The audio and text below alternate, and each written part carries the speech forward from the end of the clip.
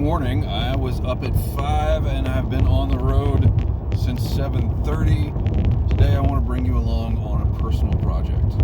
So for years and years and years, decades even, I have wanted to take a little photo trip, a safari, if you will, to my ancestral stomping grounds in Lower South Carolina. Take pictures of dead people, basically.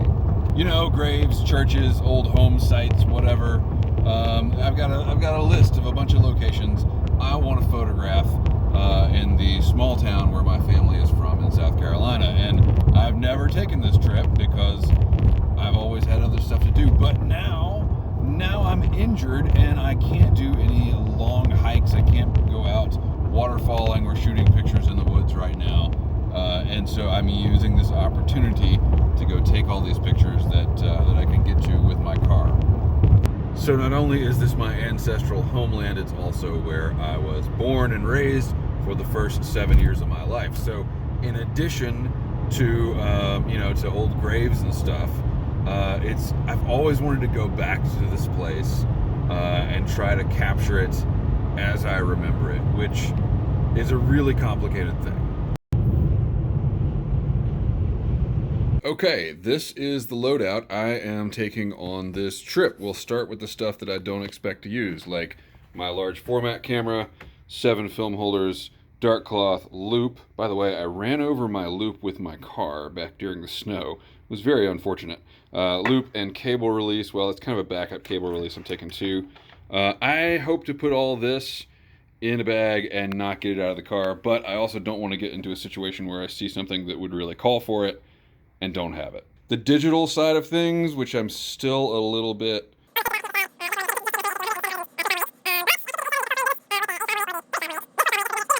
and then what I actually expect to use on this trip is my Mamiya C330 Professional S. Got a bunch of film there. I'm taking the 65-35, which is kind of a wide angle, and the 135-45, which is more of like a portrait lens. Buildings, graves. That's my that's the loadout there. For like wide angle shots of churches, I'll be using the 65, and anything else I'll probably be using the 135. Like I said, cable releases, and I'm also taking the Holga and a bunch of film for it. So yeah, that's the loadout because I am insane. And here it is all packed up. So it's really not that bad.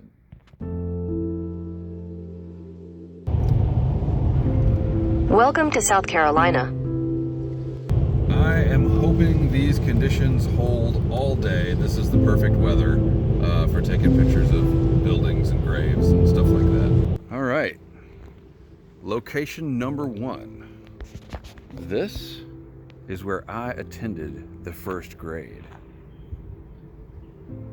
I hated first grade.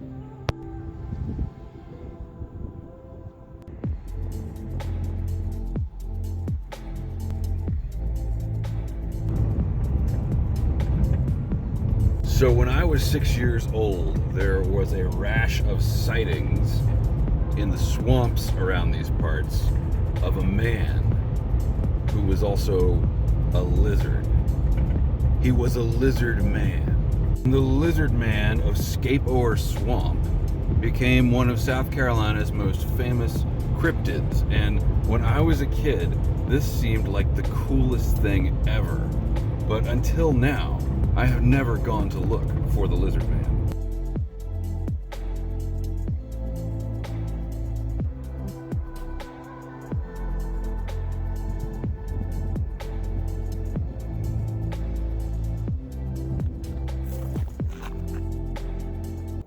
Well, I didn't find him.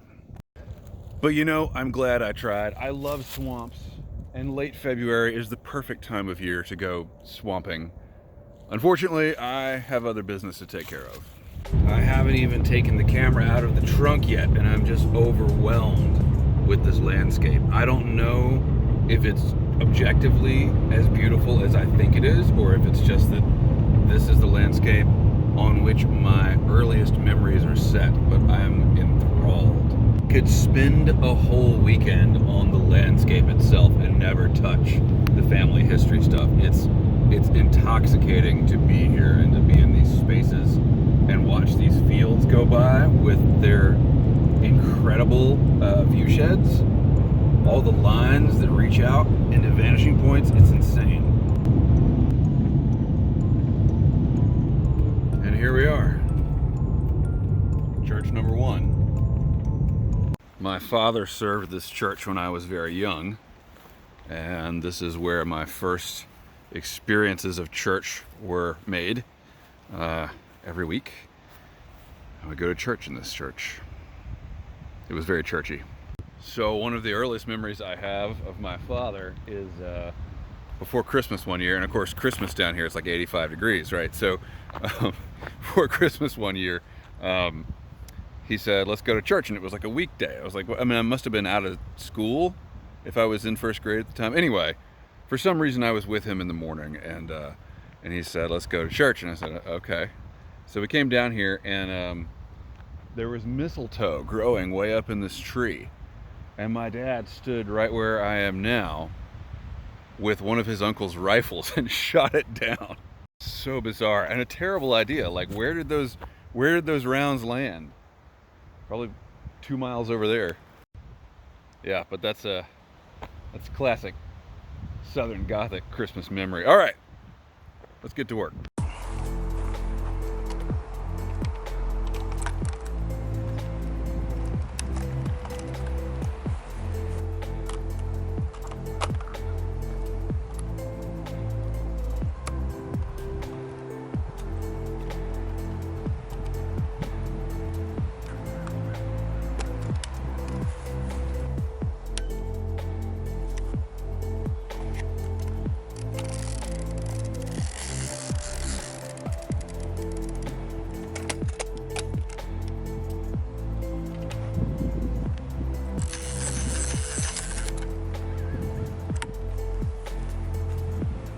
So I have photographed this church before, and it's difficult. I mean, it's a giant, like, square building sitting in a field.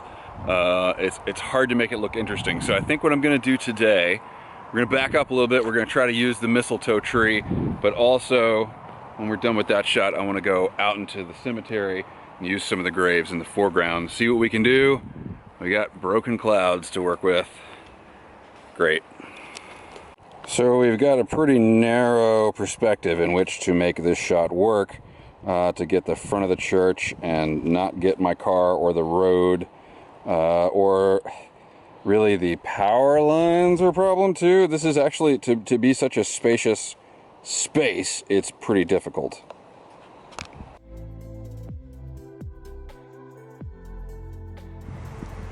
And the white graves are just amazing, aren't they? This one's 1894. I don't know how well you guys can see this, but I think I've got a pretty interesting shot lined up.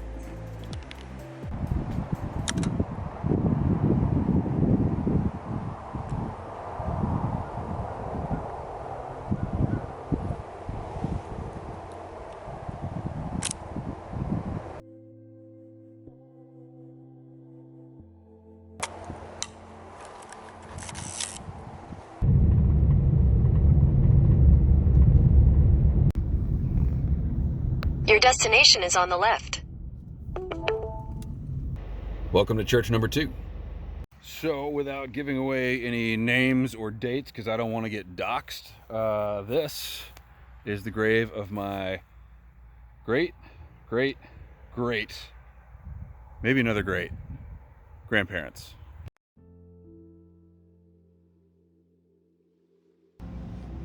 Sun has come out.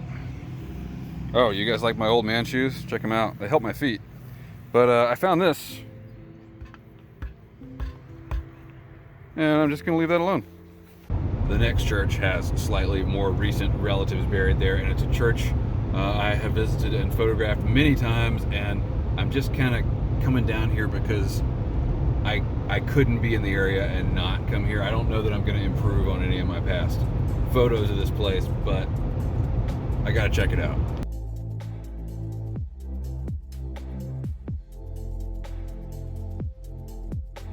All right, church number 3.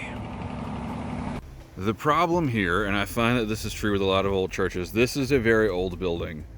This is not. And so to make a wide angle shot here, you've either got to you got to back up far enough to include both, or just include one.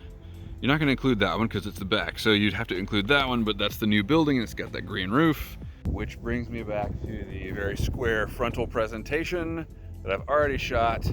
But even though I'm using a 135 on my Mamiya, there's some distortion. I can see through the viewfinder, and if I can see it through the viewfinder, that means there's a ton of distortion in the actual image. So I could break out the large format camera that has a little bit of rise on it, try to correct the distortion, but then I've got to deal with a rectangle. So I'll have this modern staircase over on the right. Damn. It's actually not a staircase, it's a wheelchair ramp, and it's very modern, and it's over here, and we can kind of hide it behind this tree, but the problem with that is, because it's winter, this tree doesn't have any leaves on it, and therefore there's nothing to block the brightness of that sky. And these are fire ants, so I can't stand right here, which would be a slightly better angle.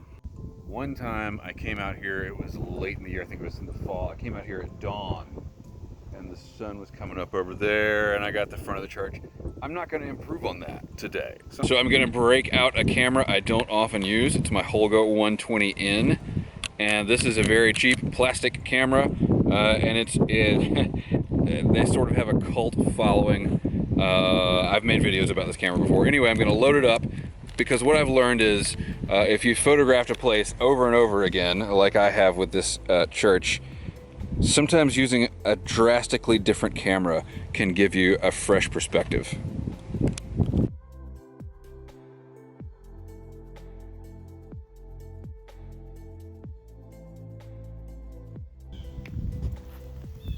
My great-great-great-grandparents. All right, I know I said I wasn't gonna, but it's time to break out the big guns. So I'm taking a picture of the cemetery gate here. I've got my composition set up, and I'm ready to actually make an exposure. I'm gonna take y'all through all the processes to focus.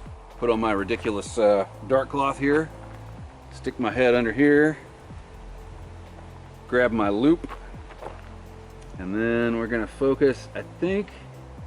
I can't decide if I want to focus on the gate itself or the sign, but I think we're actually going to be able to get both in one shot here. That should work. I'm going to take 2 exposures. The first is going to be wide open, f4.7 at a 30th, I believe. Let's double check the metering though.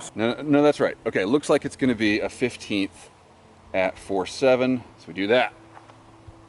Then we take a note, and this frame is 2 alpha, 15th at 4.7. All right, let's do it before the light changes. Film holder number 2, frame alpha. Stick it right in here.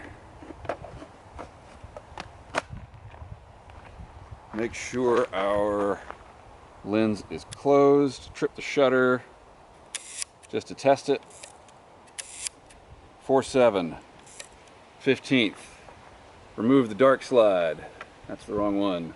Remove the right dark slide. Like so. Let the camera stabilize, and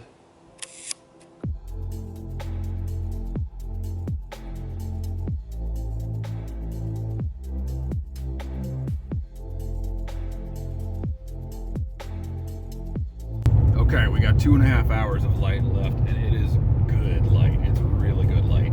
So I'm gonna haul ass and try to get everything done. I think I have a chance of getting everything done.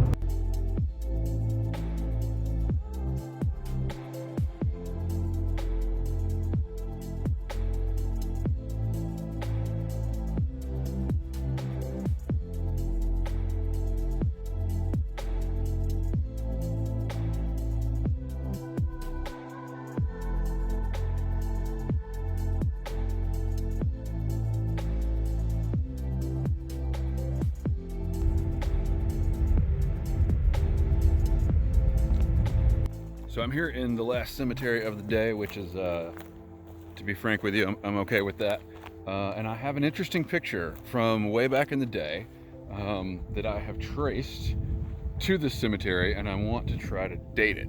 In this picture, which I will show you now, there is a child standing in a cemetery, and I believe the child is my father. I'm not super sure about that, but there is a freshly dug grave in the background of this photo, and behind that is a very distinctive grave, and I was able to track down that grave on findagrave.com, and this person is not related to me that I know of, but very distinctive gravestone. So that means that the freshly dug grave would have been this one. Gustavus Thomas. No idea who that is, but 1934. Interesting. So yeah, those dates don't match up. Not my father. Oh well. I'm chasing the last of the light. I have one location left. I'm 5-6 miles away. I think I'm gonna make it. I shot several locations between the last scene and now, some of which are better than others. Most I just drove by slowly and took pictures out the window. The remains of the town where I spent my very early years are pretty sad, actually, and I didn't really want to stop and shoot real photos. When next I see you, we'll be at that final location. Last shot of the day. We'll go ahead and shoot it. That's a wrap.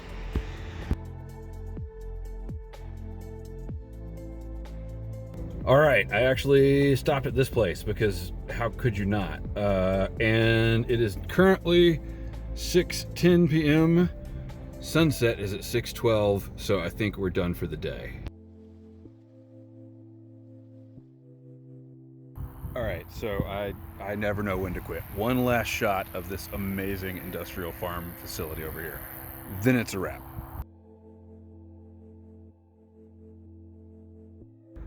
All this space, all these acres and acres of fields, and I managed to put my tripod right in the middle of the pile of fire ants. They're all over my arms, or they were, which means they're all over the camera, which is now in the trunk. And that's where it will stay for several days, I think. God, ow, damn. Worth it though, it's worth it. All right, this is finally a wrap. Thank you so much for watching. Keep the ends out for the ties that bind.